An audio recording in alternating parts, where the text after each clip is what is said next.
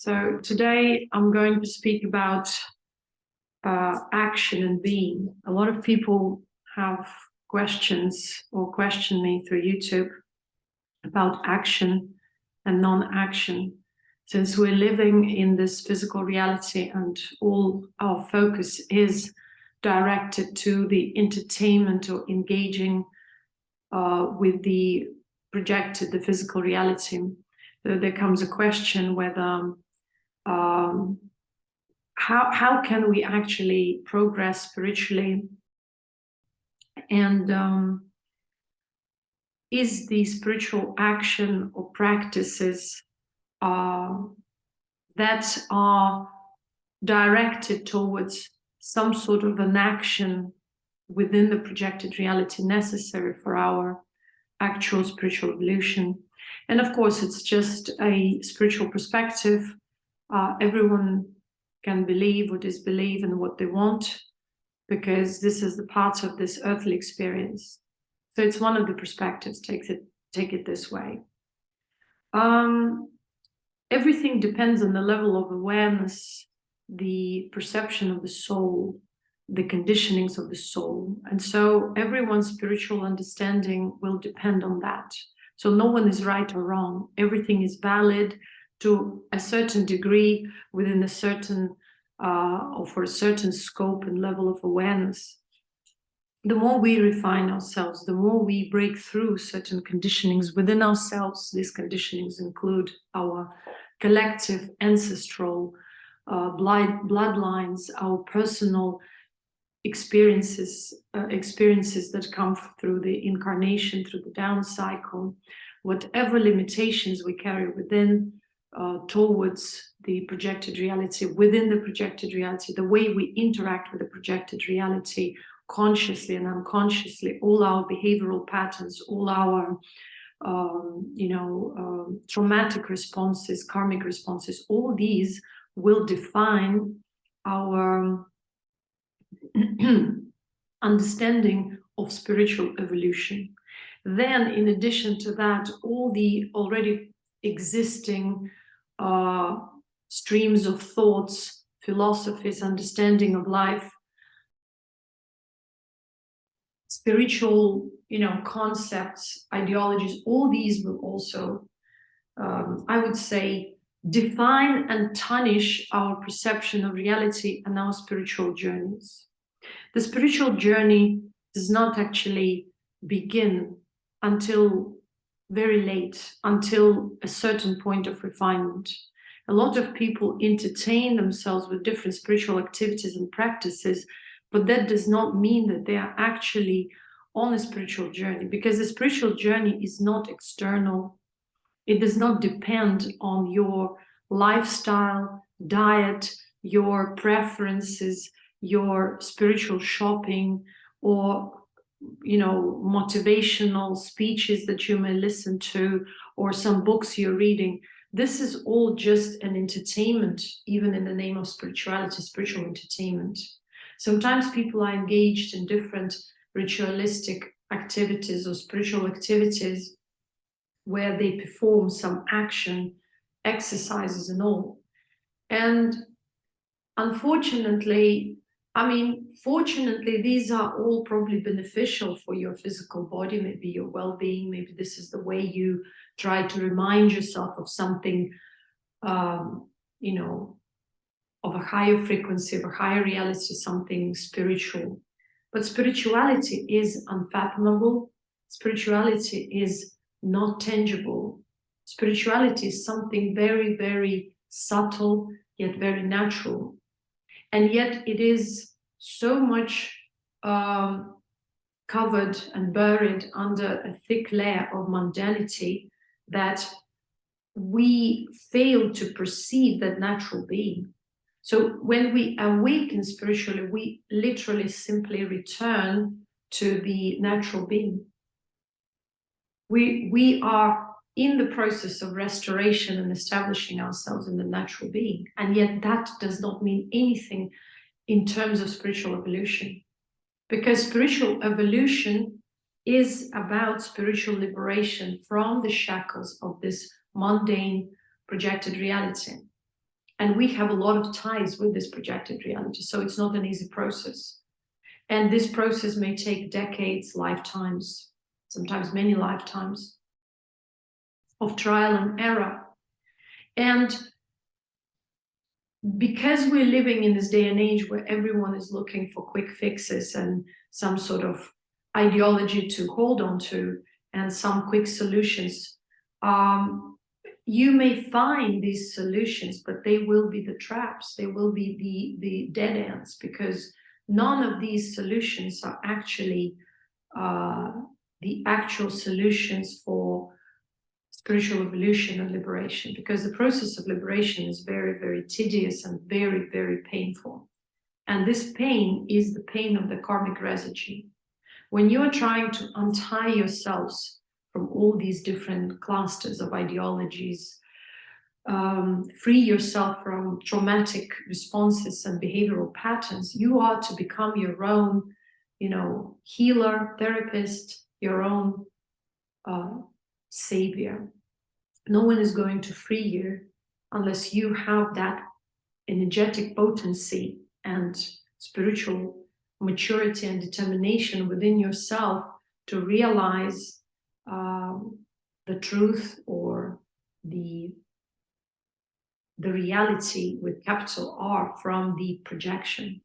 And if one has not matured to that point to discern, there is no foundation in which one can actually start this process of actual self-refinement and painful liberation.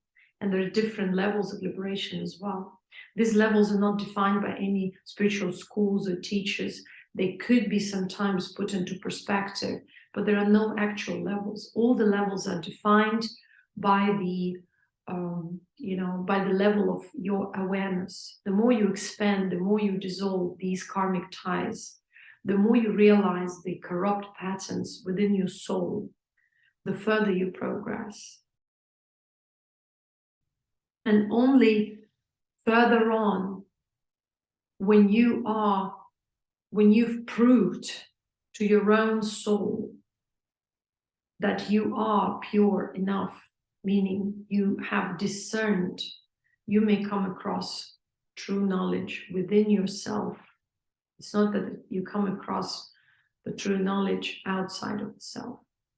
You may come across someone who may vibrate higher frequency and guide you, perhaps, or you may receive subtler guidance because of the level of your purity and awareness that may further your evolution or help you to further liberate yourself on other levels.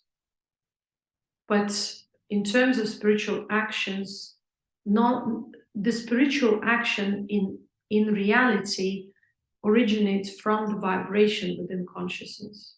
So when you think that you are just acting, your body just acts, it is not about the action or the nature of your action. It is about the quality and the nature of your consciousness that produces the waves, or that entertains the waves that come or enter the space of your consciousness from the collective. And so from there, the action of the body originates. It's not about the body itself. The body is just the instrument and the tool, either for harming itself and its own and draining its own spiritual substance, or the tool for self-cultivation, self-refinement, evolution.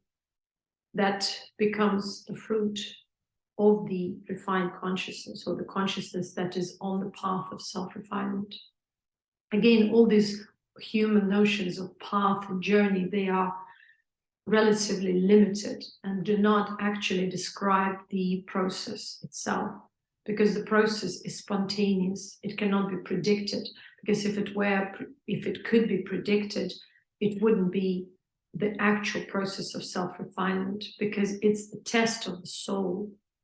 The whole process is the process of purgation of the karmic residue that in itself is a test, because when we purge something, we attract experiences. When we vibrate a certain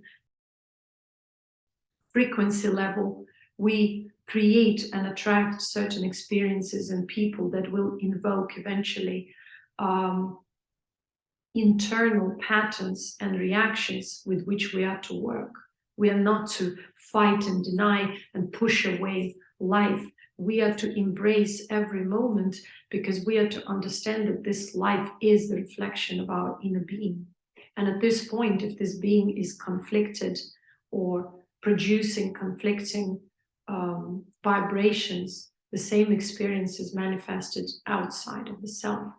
And so all those people you are fighting with or somewhat antagonizing with, they are the mere expressions of those waves that produce movements within the consciousness, because the awakened being, the natural being, the authentic self, or the higher reality, is the reality free from the man-made reality or the human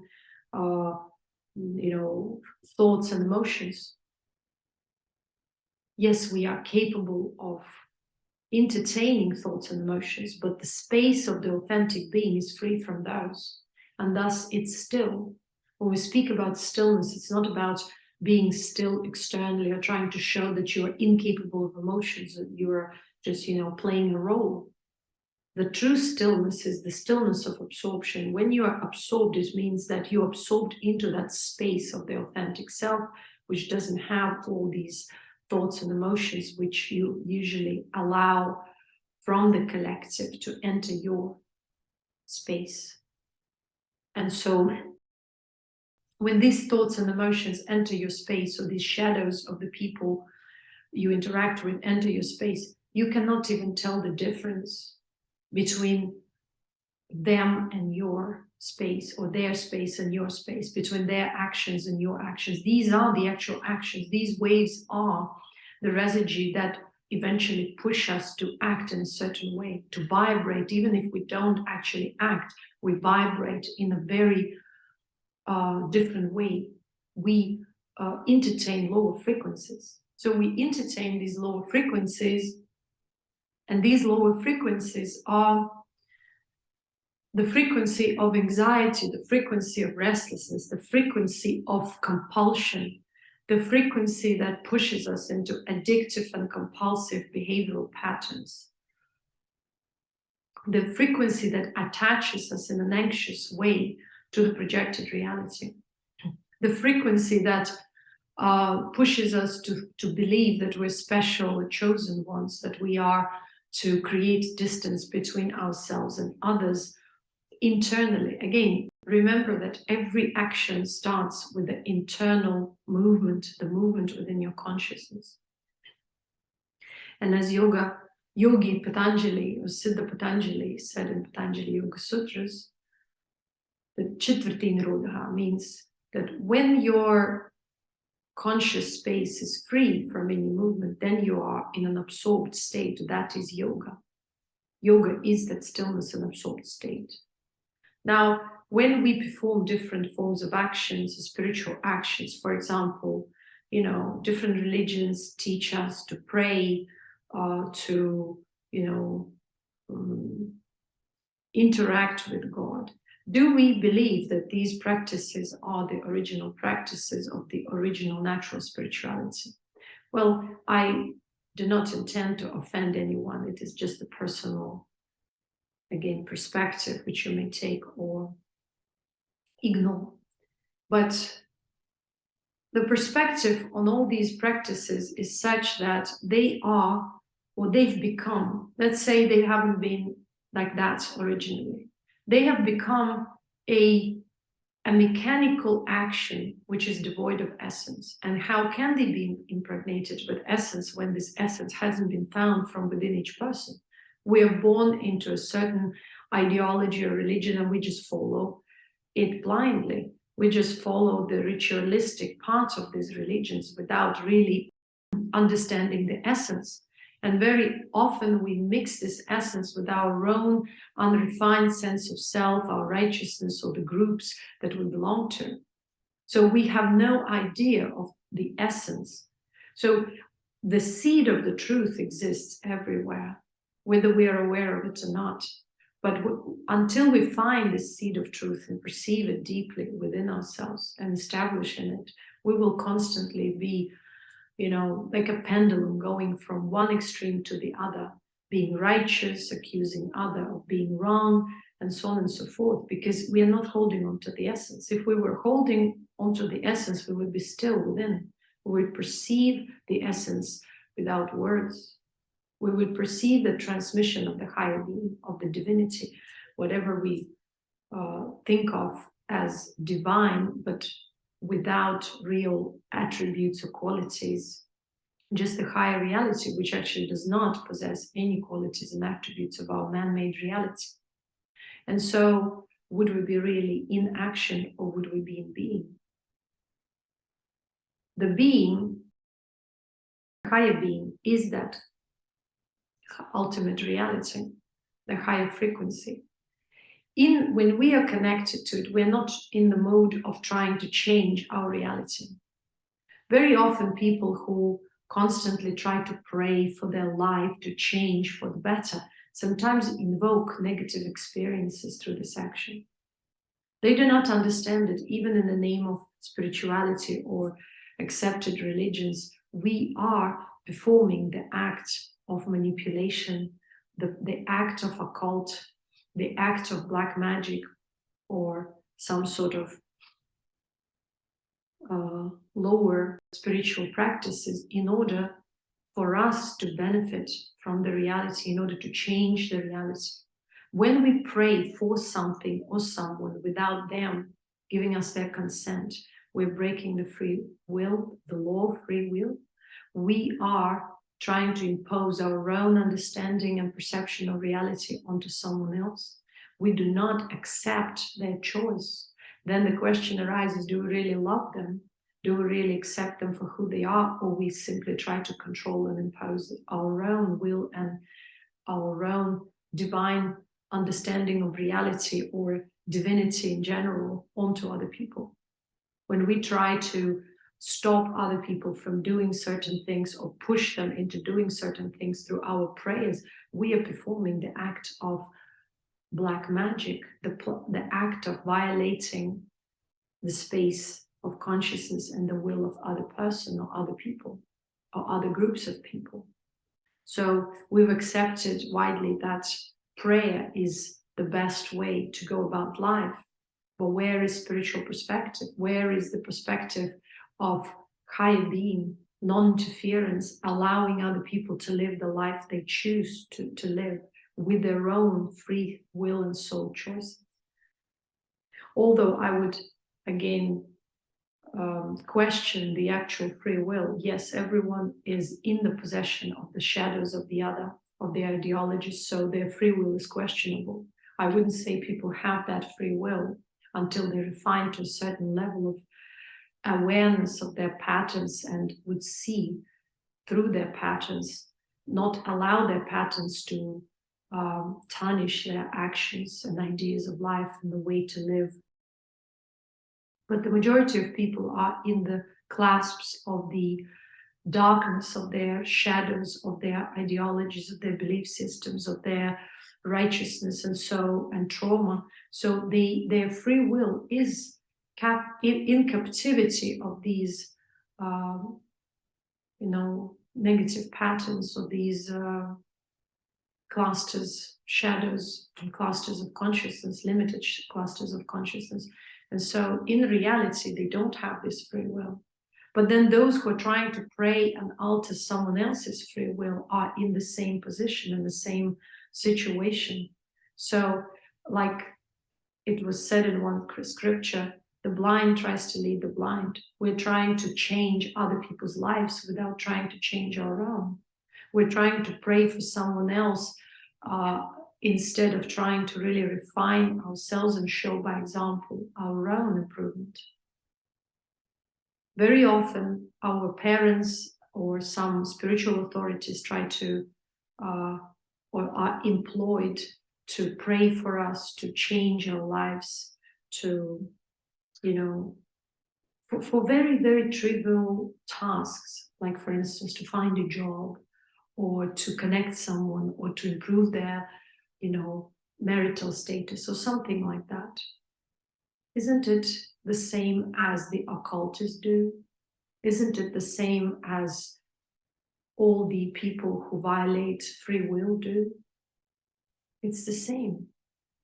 We are creating ripple effect with our consciousness. We are trying to overpower someone else's consciousness with our own. We are trying to overshadow with these prayers and these attempts because we established ourselves in a thought that we are better or superior or have a spiritual authority or more righteous than other beings, aka have more power and authority to affect them. But do we? And very often, by engaging in such practices, we only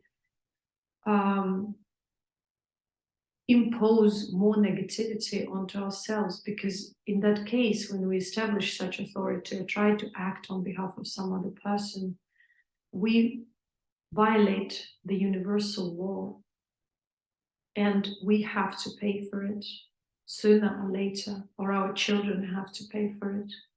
So our system does not teach us to respect free will in the space of consciousness of other beings. Because if we truly love them, or if we had that reference point of higher frequency, we would respect their choices, their spaces, their choices in life, even if these choices seem to be unacceptable and negative for them.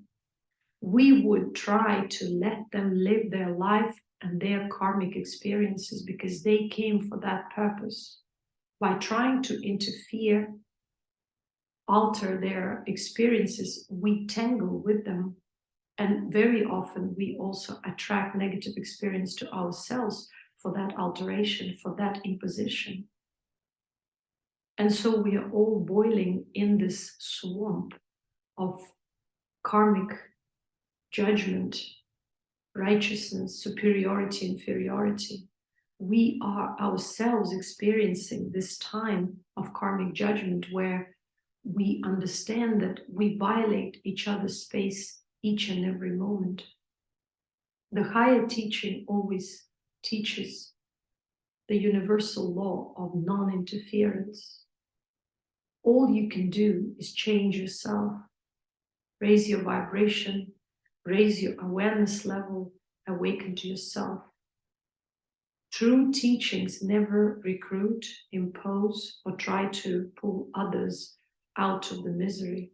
They raise awareness and leave it at that, because each and every person, each and every soul is on their level, on their spiritual level, and they are to choose, even if their will is tarnished, even if they are in the midst of the karmic payback, this is what they have to go through, because this is their vibration.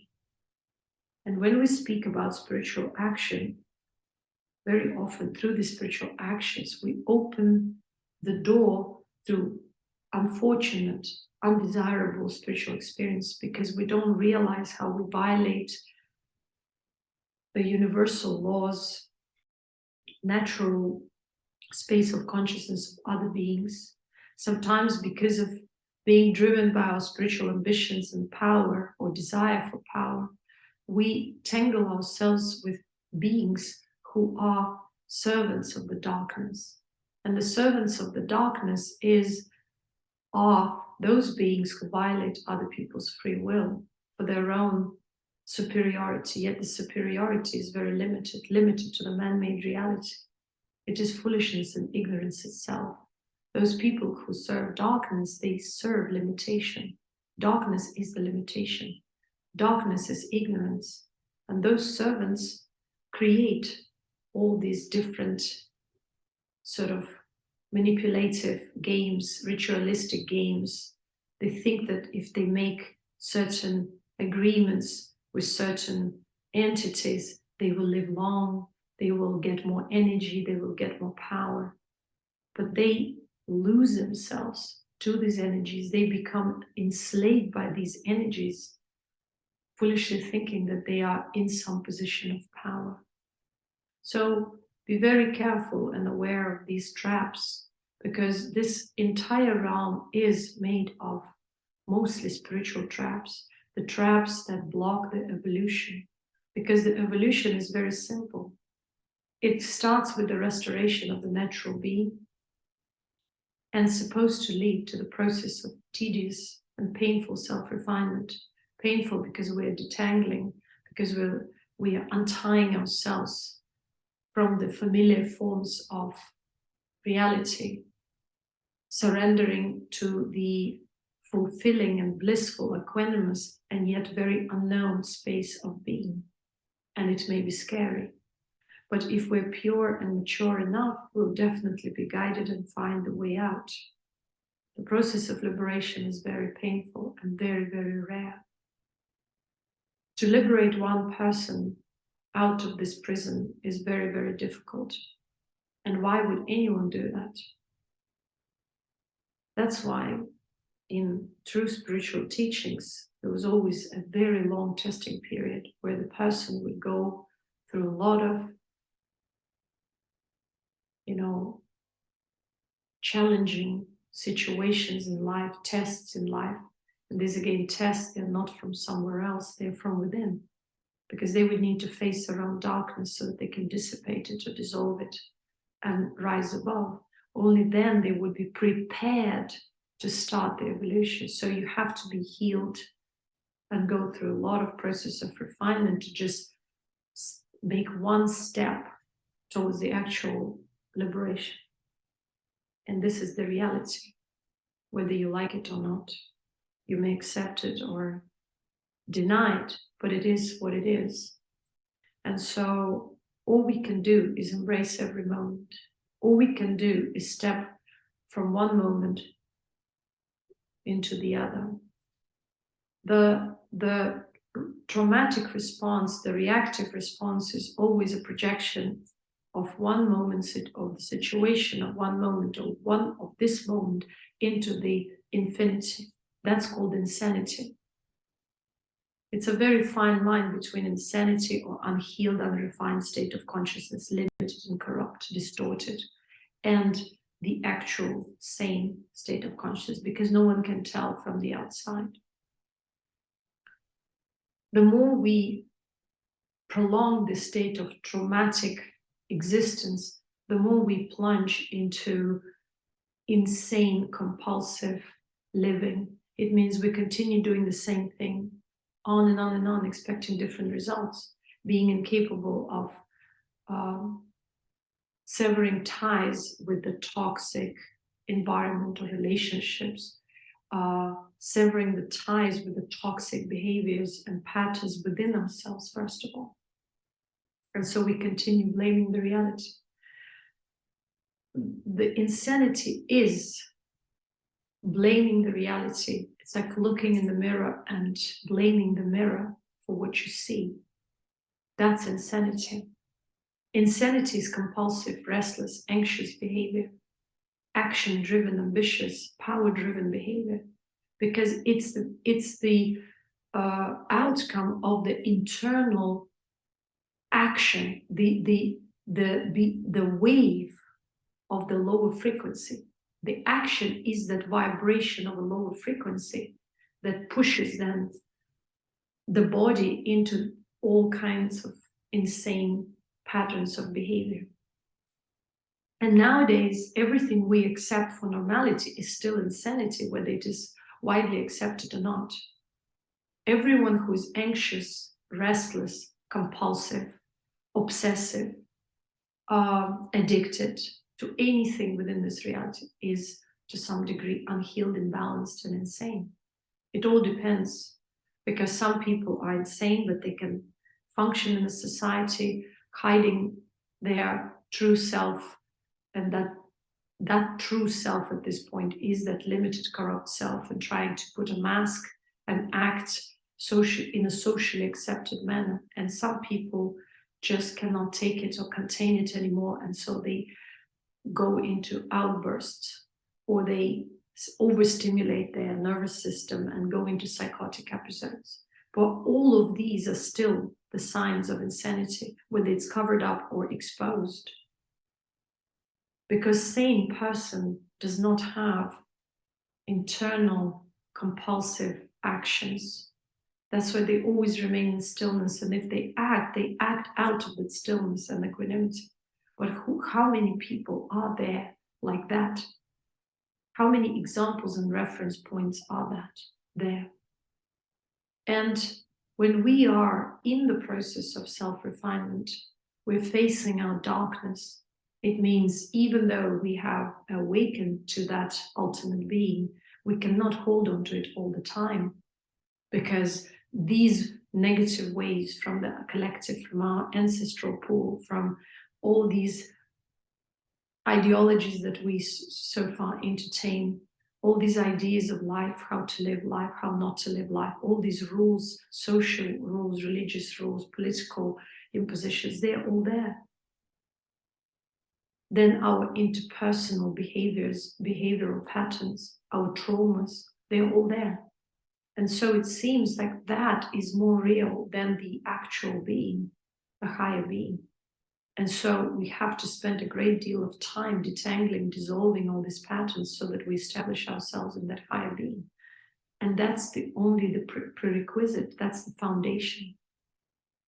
One needs to be established in that natural stillness, and that stillness is impossible until you clear up the space of your consciousness from all that clutter and dissolve all the ties through which the waves, they disturb the low frequency waves of the collective, enter into your space. All these portals have to be closed and all the ties dissolved. Then you may say that you become your own autonomous spiritual entity. And that stillness itself is a protective shield because it vibrates different frequency, the frequency that does not allow the lower frequency waves to enter. It's a natural barrier. But to be like that while living in the physical body among other people is not that easy. And it takes time to establish yourself in that. And once you establish, you actually lose kind of interest and connection within the world, even if you live within this world. You just enjoy the space of your own being. And that's only the foundation. It's not even the first step for further evolution. That's the prerequisite to be able to invoke higher levels of knowledge. That's the key. By trying to pray or performing rituals to invoke deities, a different kind of, elements of creation is only going to tangle you with this creation. Yes, sometimes it is a useful knowledge, but you have to have that foundation, spiritual foundation, clear space of consciousness before you engage with any elements of creation. Otherwise, you have very high chance to get tangled with these forms of creation because you are not above them. You haven't established yourself in a higher frequency, so they may fool you because you have weaknesses that can be exploited. Because everything within this realm of creation depends on someone else's energy. And you shouldn't forget that. When we try to impose, either through rituals or prayers or other forms of spiritual action, our will onto other people, we're basically trying to possess them. We are trying to violate their space of consciousness in order to feel in control. This way, we enslave them energetically, either temporary or for a long time. And if we are not aware of that, we are just but fools and do not realize that we're playing with the universal law of karma. And this karma is this movement within our own space of consciousness, within the collective and within the individual. And as long as we allow these movements, these waves, to disturb our space, we are not qualified for any higher forms of spiritual knowledge, nor we're qualified for liberation. Because this being qualified is defined by the vibration of our own soul. No one is there to define it, but our own soul, the purity or impurity of that soul.